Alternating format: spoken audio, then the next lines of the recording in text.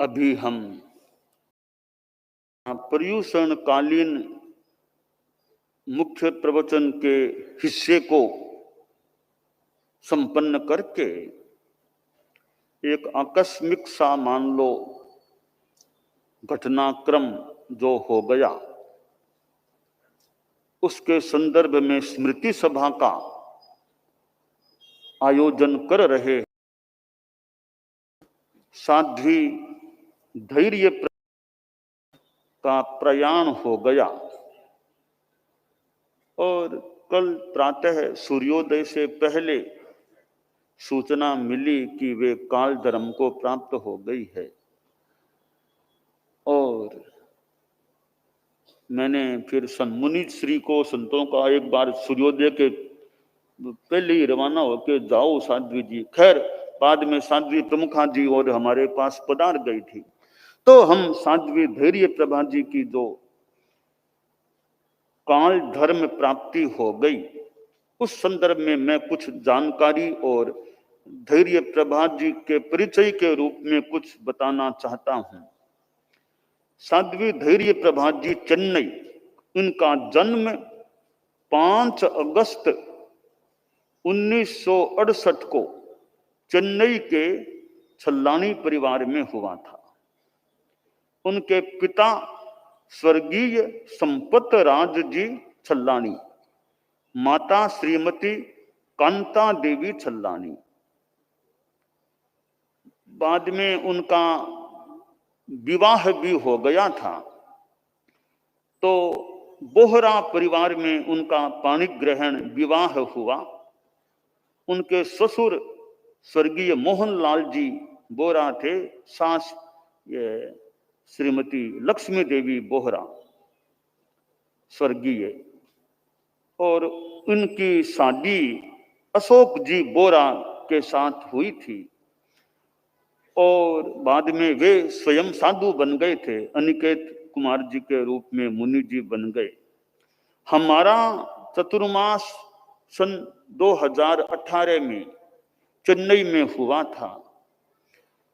तो फिर हमारे उस चेन्नई के प्रवास में यह बात सामने आई कि ये अशोक जी बोरार, ये धैर्य प्रभा जी जो उस समय थी गृहस्थ जीवन में, उनका एक बेटा और एक बेटी, ये चारों के चारों, अब पूरा एक तो बेटी पहले ही आ गई थी सिद्धार्थ प्रभा, बाकी चारों दीक्षा लेना चाहते हैं। उस समय साध्वी प्रमुखा कनक प्रभा जी भी थी। थोड़ा चिंतन मंथन हुआ होगा बात की कि भी परिवार की भावना है, तो फिर आखिर मैंने उन चारों को दीक्षा देने की स्वीकृति प्रदान कर दी। थोड़े से समय में बात आई, थोड़े दीक्षा की मैंने स्वीकृति दे दी और दीक्षा भी हो गई। यानी बहुत झटपट सा यो काम हुआ, वैसे हो गया। तो वहां चेन्नई में 11 नवंबर 2018 को मैंने इन चारों को, यानी अशोक जी बोरा को, ये धैर्य प्रभा जी जो महिला बाई थी उनको, उनका बेटा वो अब नाम कौशल है, वो बेटी अब नाम तेजस्वी है, इन चारों को मैंने वहां चेन्नई में दीक्षित किया था। सिद्धार्थ प्रभा उनकी बेटी पहले से दीक्षित थी, यूं कुल 5 हो गए। वे धैर्य प्रभा जी ने गृहस्थ जीवन में 11वीं कक्षा तक अध्ययन किया था और दीक्षा लेने के बाद 10वें आलियम उत्तराध्ययनानी के कुछ अध्ययन, भक्तामर, आचार बोध, ये संस्कार बोध, अष्टकम आदि को उन्होंने जो भी कंठस्थ किया, बांछा जो भी, वो सब अध्ययन का उनका क्रम रहा। फिर यात्रा भी उनकी कुछ हो गई, हमारे साथ भी रही है। बेंगलोर, मुंबई, सूरत चतुर्मास, ये 3 चतुर्मास सूरत का अपूर्ण चतुर्मास मान लें, गुरुकुलवास में रहा। और न्यारा में भी उनको विचराया सतियों के साथ। तो चिकमंगलूर, सेलम, कोयम्बतूर में, बहिर्बिहार में उनके चतुर्मास हुए। उनकी पुत्रियों में जैसा कि मैंने कहा, साध्वी सिद्धार्थ प्रभा जो 43 दीक्षाओं में से एक थी दीक्षित हुई थी, सिद्धार्थ प्रभा यहाँ होगी, सिद्धार्थ, अच्छा आगे बैठ, अच्छा आगे बैठ। और इनकी बहन को तेजस्वी प्रभा, भाई है मुनि को, यानी इनके बेटे हो गए, बेटे बेटी धैर्य प्रभा जी के संसार पक्षी है, और उनके पति संसार पक्ष में अशोक जी, उनकी भी दीक्षा, उनका नाम मुनि अनिकेत कुमार जी रखा गया। यूं अब दीक्षा के बाद मुनि अनिकेत कुमार जी, साध्वी धैर्य प्रभा जी, साध्वी सिद्धार्थ प्रभा, जैसे दीक्षा क्रम में तो सबसे बड़ी सिद्धार्थ प्रभा है, यूं परिवार की दृष्टि से देखें तो मुनि अनिकेत कुमार जी, धैर्य प्रभा जी, साध्वी सिद्धार्थ प्रभा, इधर वो साध्वी तेजस्वी प्रभा, इधर भाई जो उनका मुनि कौशल कुमार, ये 5 हमारे धर्म संघ में साधु साध्वियों के रूप में हो गए थे। धैर्य प्रभा जी से पहले ही मुनि अनिकेत कुमार जी का भी कुछ कम उम्र में वे न्यारा में थे, उनका प्रयाण हो गया था, तो वे पहले ही चले गए थे। उनकी उम्र भी ज्यादा नहीं थी, 60 पार थोड़े से ज्यादा हुए होंगे, कुछ जल्दी ही उनका भी देहावसान हो गया। फिर ये 4 पीछे रहे। 4 में अब धैर्य प्रभा जी को हमने न्यारा में भी थोड़ा विचराया था, और अब गुरुकुलवास, फिर वो साध्वी विमल प्रज्ञा जी पुनः गई थी, तो मैंने कहा आओ तब धैर्य प्रभा जी को साथ में लेकर, वो अन्य श्रृंगार में उनको साथ लेकर आ जाना। तो फिर वो इधर मुंबई इधर पहुंच गई, गुरुकुलवास में चतुर्मास हो गया, और यह चतुर्मास अपूर्ण हुआ। धैर्य प्रभा जी को जानने से ऐसा लगा उनमें वैराग्य भावना अच्छी थी, संयम की भावना, वैराग्य भावना, त्याग संयम, यह नहीं करना, यह नहीं, यूं उनमें वैराग्य संयम का लगता है, संभवतः उनके मन में था। और यहां फिर उन्होंने तपस्या शुरू की, और धैर्य प्रभा जी ने विशाल प्रभा दोनों ने साथ में शुरू की थी तपस्या। तो कई दिन तो धैर्य प्रभा जी हमारे पास सुबह सुबह आती रही, प्रत्याख्यान ले लेती आती आती, बाद में उनका पेड़ियों से वापिस चढ़ना करना कठिन, तो फिर उन्होंने आना बंद कर दिया था। साध्वी प्रमुखा जी के ठिकाने आप उनको त्याग कराती होगी, तो मेरे पास आना उनका कई दिनों से बंद हो गया था। विशाल प्रभा का तो फिर पालना हो गया था, तो धैर्य प्रभा जी ने आगे और चालू रखा। तो फिर मैंने एक दिन नीचे से, वो ऊपर खड़ी, मैं नीचे साध्वी प्रमुखा जी और पास में पूछा, मैंने पूछा पालना कब क्या करना, तो मुझे जानकारी मिली कि संवत्सरी के अगले दिन पालना करना है। वो ठीक है, इनकी भावना है। फिर मुझे जानकारी मिली कि भी उनको थोड़ी मूर्छा सी आ गई है। यह बात परसों की है, परसों 2 सितंबर की बात है कि थोड़ी मूर्छा में है। तो साध्वी प्रमुखा जी ने मुझे सुबह बताया था, तो मैंने कहा अनुकूलता होगी तो मैं ऊपर आ जाऊंगा। फिर हमारा यहाँ प्रवचन कार्यक्रम हुआ, संत लोग मेरे मुख्य मुनि आदि, मुख्य मुनि भी साथ ही थे, तो मैंने कहा अभी हम चल लेते हैं। तो अनेक संत हमारे साथ, उदित कुमार सिंह, कई संत, आप भी शायद साथ में थे ना, कई संत यूं हम लोग थे। तो मैं ऊपर गया तो धैर्य प्रभा जी यूं लेटे हुए थे, आंख भी खुली थी। मुझे जानकारी मिली पानी भी थोड़ा पिया है, थोड़ा शायद का पालना करा दें, पालना वापिस उन्होंने उत्तर कुछ भी उनकी ओर से नहीं आया।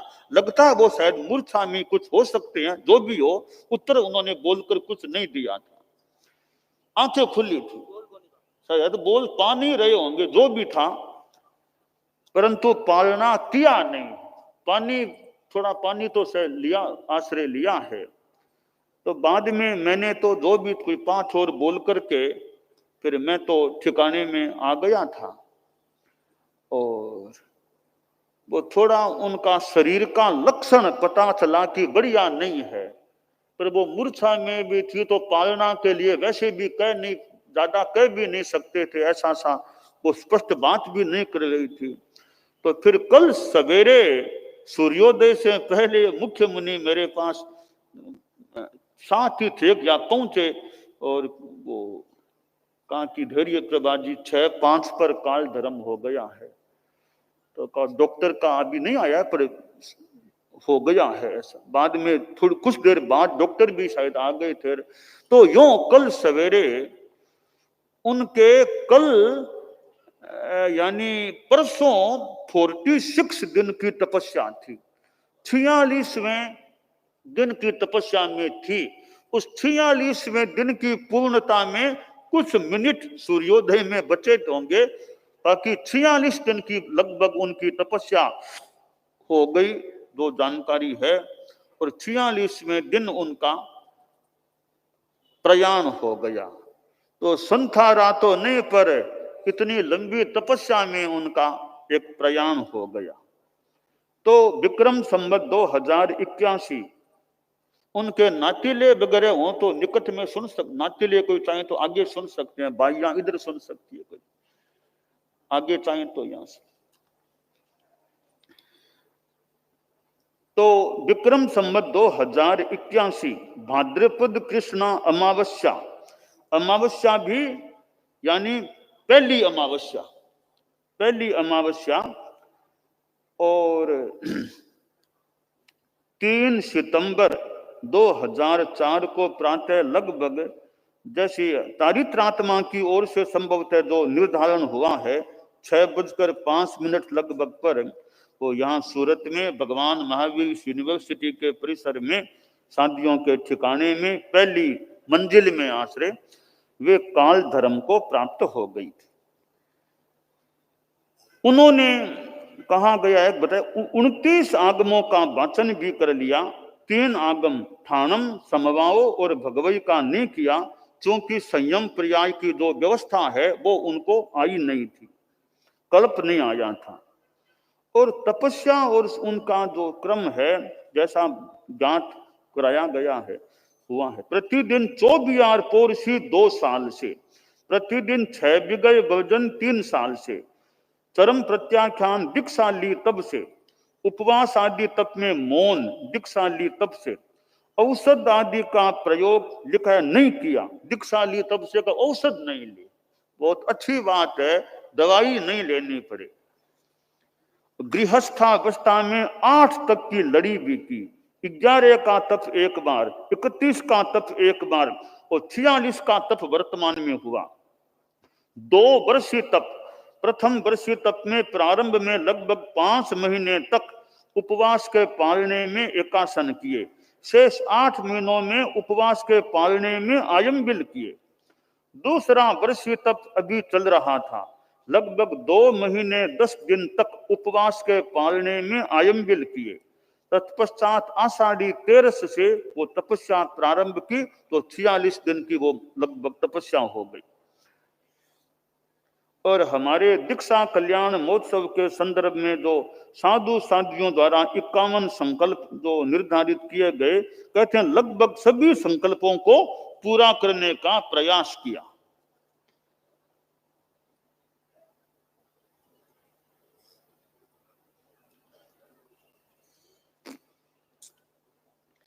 स्वयं निर्मित रजोहरण और प्रमार्जनी हमको उपरीत की गई। प्राय स्वावलंबी जीवन भी उन्होंने जिया। तो यहाँ परिवार को दीक्षा के लिए तैयार करने में साध्वी सिद्धार्थ प्रभा का योगदान रहा है।